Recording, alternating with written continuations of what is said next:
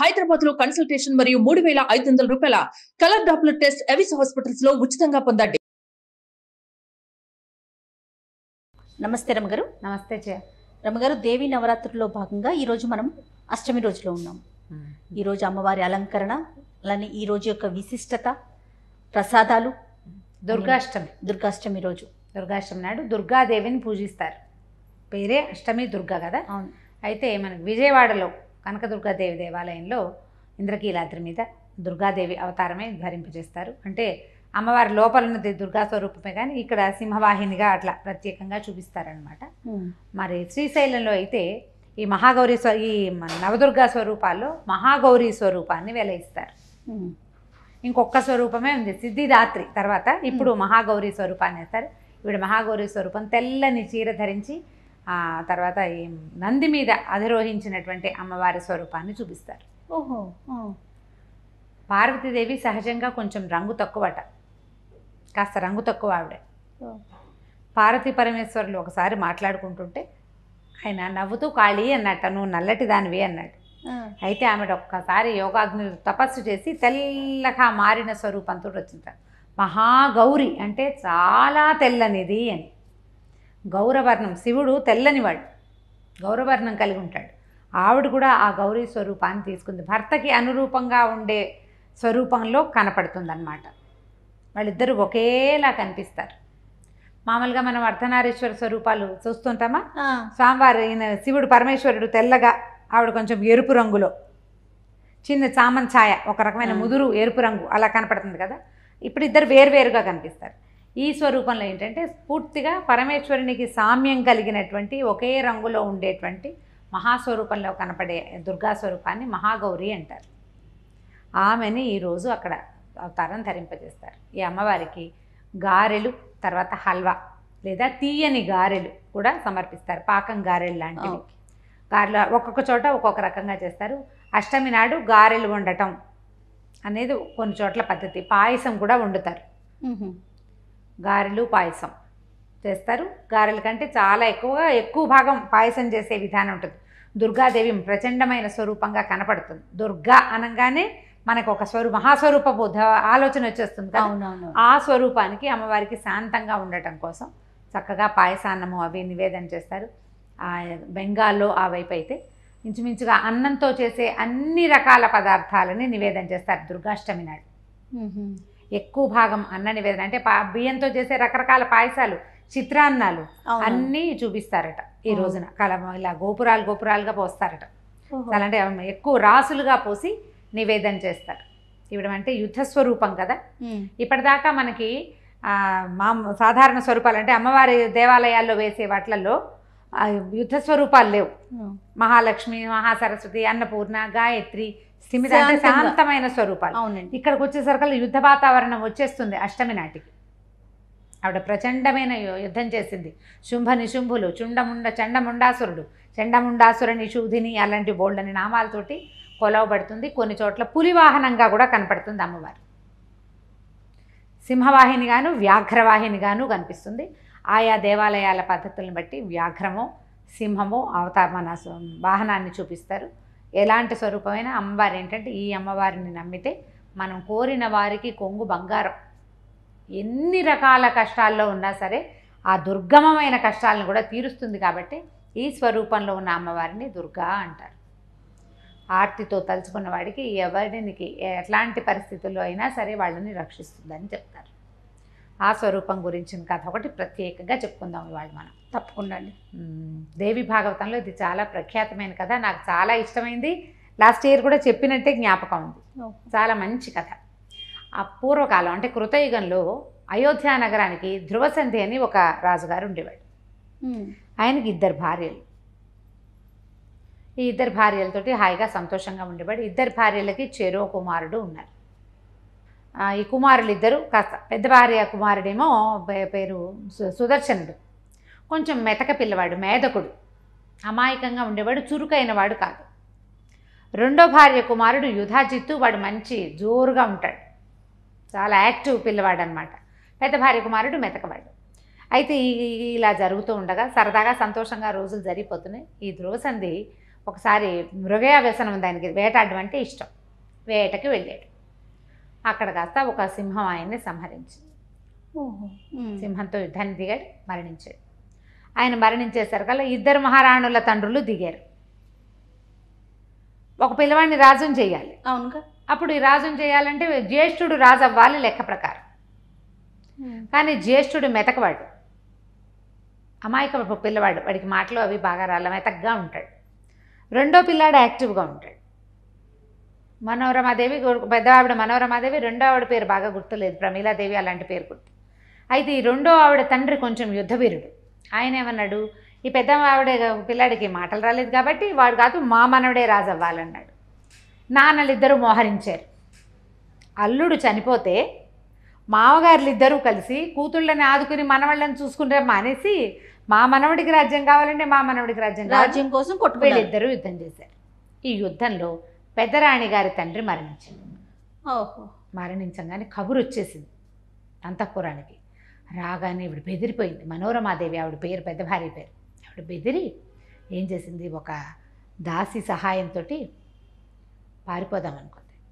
ఆ పారిపోవడానికి ఏం చేసిందంటే తన సవితి దగ్గరికి వెళ్ళి, మా నాన్న యుద్ధంలో చనిపోయాట, మీ నాన్నే గెలిచాడు, మా నాన్నకి అంత్యక్రియలు అవి చేయించద్దు, వెళ్ళి చేసుకుంటానని ఆవిడ పర్మిషన్ తీసుకుని ఒక దాసితోటి ఈ పిల్లాడితోటి పారిపోయింది. ఆవిడకి చెప్పింది మళ్ళీ అన్న మరి ఇక్కడి నుంచి అంతఃపురం నుంచి బయటికి వెళ్ళాలంటే పర్మిషన్ కావాలి కదా, రెండో వాళ్ళకి చెప్పద్దు. వాళ్ళ నాన్న గెలిచినప్పుడు ఆవిడనే కదా పెత్తనం. అందుకని కేవలం అంత్యక్రియల కోసం అని నమ్మి ఆవిడ వదిలిపెట్టింది. ఈవిడ ఏం చేసింది, మన మహారాజుకి విదల్లుడని ఒక స్నేహితుడు ఉండేవాడు, ఆయన వాళ్ళ మంత్రుల్లో ఒకడు. ఆ విదల్లుడు ఏంటంటే పూర్తిగా పురుష స్వరూపం కలిగిన వాడు కాదు, మంత్రే, తెలివైన వాడే, కొంచెం క్లీబం, నపుంసకుడు. అతన్ని సహాయంగా తీసుకుని ఈ దాసి సహాయంతో పిల్లాన్ని ఎత్తుకుని వెళ్ళిపోయింది ఆవిడ. ఇక దేశంలోకి వెళ్ళిపోయింది అంతే. యుధాజిత్తు వెనక్కి తిరిగి వచ్చాడు. సత్రాజిత్తు, యుధాజిత్తు, తాత తండ్రి మనవడు ఇద్దరు చూశారు, ఈవిడ లేదు. యుధాజిత్తు తాత, వాళ్ళ తాత ఏం చేశాడంటే, అబ్బో ఈ ఈవిడ వెళ్ళిపోయిందంటే, పిల్లాడు ఎప్పటికైనా రాజు కావాల్సిన అర్హత ఉన్నవాడు, జ్యేష్ఠుడు, ప్రజలు కూడా జ్యేష్ఠుడికి ఓటేస్తారు. అందుకని ఎక్కడున్నా సరే ఆ అమ్మాయిని వెతికి చంపేసేయాలని ఆయన ప్రయత్నం మొదలుపెట్టాడు. ఈవిడ అయోధ్య నగరం నుంచి పారిపోయి కాశీనగరానికి దగ్గరలో ఉన్న భరద్వాజాశ్రమానికి చేరింది. భరద్వాజ మహర్షి శరణ్ వచ్చింది, నన్ను రక్షించు, నా పిల్లవాడిని బతికించు, నాకు రాజ్యం భోజనం ఏం వద్దు, లేకలేక కలిగిన పిల్లవాడు అమాయకుడు, వీడిని బతికించమని. ఆయన ఒప్పుకున్నాడు, తన ఆశ్రమంలో ఉంచుకున్నాడు. అయితే పిల్లాడు రాజుగారి అబ్బాయి కదా, అందుకని ఈ మునిబాలకులతోటి జుట్లు ముడేసి సంధ్యావందనాదులు అవి కాకుండా కొద్దిగా ఏదో యుద్ధ విద్యలు అవి నేర్పిద్దాం అనుకున్నారు. అయితే పాఠశాలలో అక్కడ ఆశ్రమంలో బోల్డ్ అంతమంది పిల్లలు ఉండేవాళ్ళు. ఆ పిల్లలతో పడి ఈ సుదర్శనుడు కూడా ఆడుకుంటూ ఉండేవాడు. వాళ్ళల్లో కొంతమంది కొంటి పిల్లలు కూడా ఉండేవాళ్ళు. ఆ కొంటి పిల్లల్లో ఒకడు విదల్లుడు, ఈ పిల్లాడు ఇద్దరు ఓ చెట్టు కింద నుంచున్నారు. ఆ కొంటి పిల్లల్లో ఒకడు ఏం చేశాడంటే వెళ్ళిపోతూ క్లీబ్ అన్నాడు. క్లీబా అంటే నపుంసకుడు అని. ఆ క్లీబ పదం ఈయన్ని ఎక్కిరించడానికి, పిల్లలకి అట్లాంటివి ఉంటాయి చూడు, అలా అనేసి పరిగెత్తాడు. అయితే ఆ పక్కన నిలబడిన ఈ 5-6 సంవత్సరాల సుదర్శనుడికి అది ఎలా వినపడింది, క్లీగా వినిపించింది. బాగా వినపడలా, క్లీబ్ అన్నాడు వాడు, బాగా వినపడలా. ఆ క్లీ అనేసరికి వాడికి ఏదో సరదాగా వచ్చింది పిల్లాడికి. క్లీ క్లీ క్లీ అంట మొదలుపెట్టాడు. మెల్లిగా ఆ క్లీకి ఒక 0 చేర్చడం వచ్చింది వాడికి. క్లీం అంటాం, ఒక అలవాటుగా క్లీం క్లీం క్లీం అంటుండేవాడు. ఈ క్లీం అనే అక్షరం మామూలుగా క్లీం అంటే ఏం లేదు, కళ్ళు మూసుకుని ఒకసారి దాని మీదే దృష్టి పెట్టి ఐబ్రోస్ మధ్య దృష్టి నిలిపి క్లీం అనండి అనేసరికి ఏమవుతుంది తెలుసా, నాభి నుంచి వస్తాయి ప్రకంపనలు, ఇట్లా ఇట్లా ఇట్లా ఇట్లా ఇట్లా రక్తం ఉరకలెత్తుతుంది. ఆ అక్షరంలో ఉంది మహాద్భుతమైన బీజాక్షరం, అది వైష్ణవి బీజం. అమ్మవారి ఓం ఐం క్లీం అని చెప్తారు. అవును, ఆ క్లీంకారాన్ని ఈ పిల్లాడు పట్టుకున్నాడు. అది క్లీంకారంగా పట్టుకోలా, అక్షరంగా పట్టుకున్నాడు. అక్షరంగా వాడికి వచ్చింది విన్నాడు, అది బుర్రలో పెట్టాడు, ఇక రటనగా అనటం మొదలుపెట్టాడు. ఆ అక్షరాన్ని తెలిసి అన్నా తెలియక అన్నా అగ్ని కాలినట్టుగా ముట్టుకుంటే ఈ అక్షరము అట్లా లోపల లోపల లోపల ప్రకంపనలు సృష్టించి వీడికి మబ్బుగా ఉండేవాడి బ్రెయిన్లో ఉన్న అన్ని రకాల తెరలు పొరలు నాడులు అన్నీ విచ్చిపోయినాయి. యాక్టివ్గా తయారవటం మొదలుపెట్టాడు. ఏదైనా చూస్తే వచ్చేస్తుంది, వింటే వచ్చేస్తుంది, నేర్చుకోవడం మొదలు పెడితే వచ్చేస్తుంది. పిల్లాడి మొహంలో తెలివిడి కనపడడం మొదలుపెట్టింది. మందబుద్ధి పోయింది, మందతం పోయింది. ఆ అక్షరం దాంట్లో ఉంది శక్తి అంతా అని అని కొన్ని లక్షల కోట్ల సార్లు జపించాడు దాన్ని. వాడికి రెండో పని చేయలే. జపం పెరిగిన కొందికి, అండం పెరిగిన కొందికి వీడి శక్తియుక్తులు విజృంభించడం మొదలుపెట్టాయి లోపల నుంచి. ఒకనాడు వాడికి 12-13 సంవత్సరాలు వచ్చాక సాక్షాత్తు గరుడు మీద ఎక్కినటువంటి వైష్ణవి శక్తి వాడికి ప్రత్యక్షమైపోయింది. అమ్మవారు నారాయణీ స్వరూపంలో ప్రత్యక్షమైంది. వైష్ణవి శక్తి అంటే విష్ణువు యొక్క స్త్రీ స్వరూపం. మనం లక్ష్మీదేవిని సాధారణంగా చెప్పేసుకుంటాం.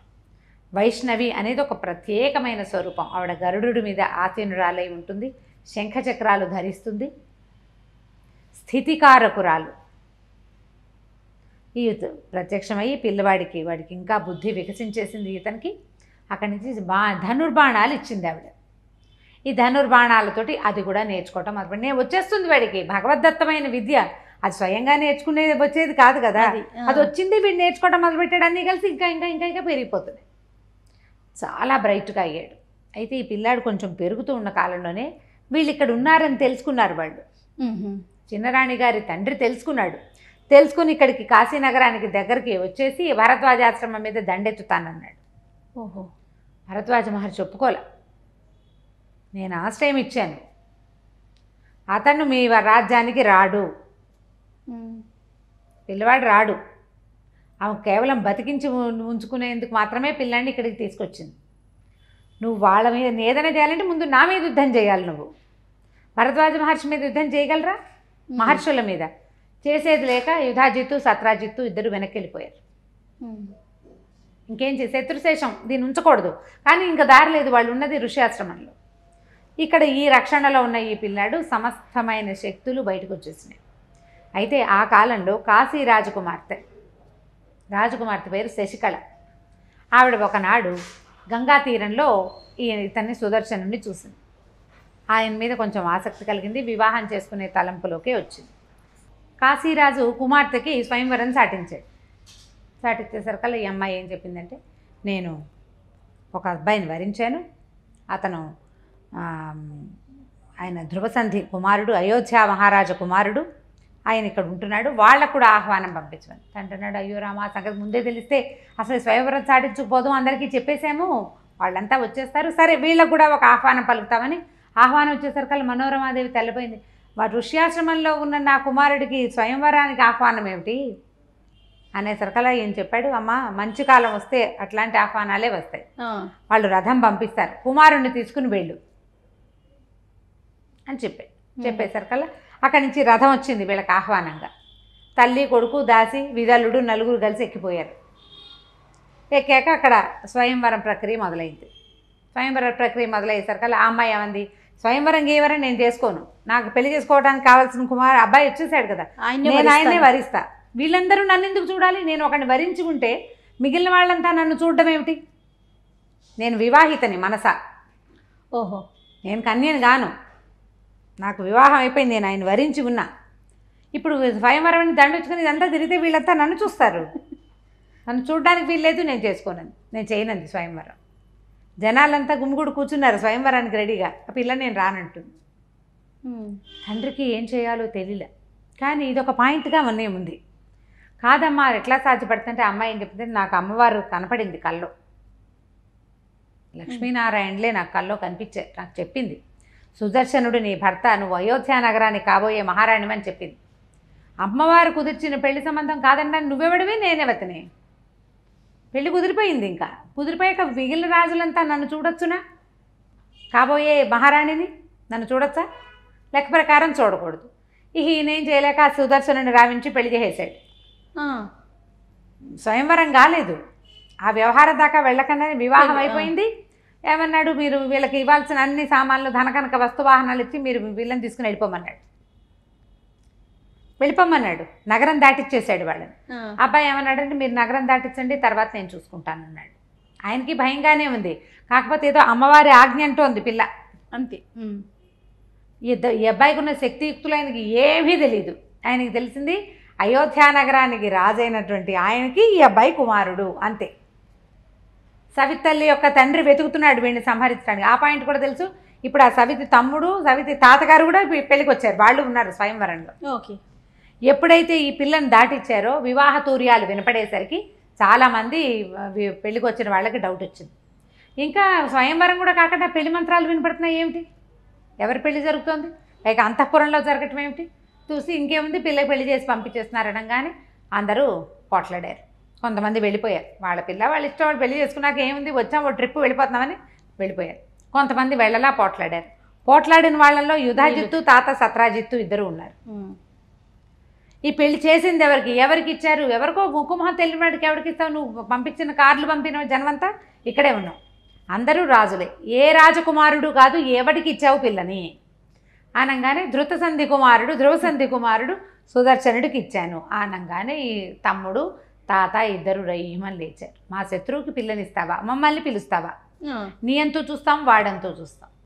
ఎప్పుడైతే ఈ పిల్ల నగరం దాటి వెళ్ళిపోతుందో, పెళ్లి కూతురు వెళ్ళిపోతుందని తెలిసిందో, ఈ మొత్తం జనమంతా అతనితో యుద్ధం చేయడానికి రెడీగా ఉన్న సవితమ్ముడు తాత వాళ్ళతో పాటుగా వాళ్ళకి మద్దతుగా మిగిలిన వాళ్ళు కొంతమంది వచ్చేసారు యుద్ధానికి. మరి ఇప్పుడు పిల్లకి పెళ్లి చేసి ఇంకా చేతి కట్టిన కంకణమైనా విప్పకుండా అల్లుడు యుద్ధం చేయాల్సి వచ్చిందని కాశీరాజు కూడా ఆయన సైన్యాన్ని తీసుకుని యుద్ధాన్ని బయలుదేరాడు అల్లుడికి సహాయంగా.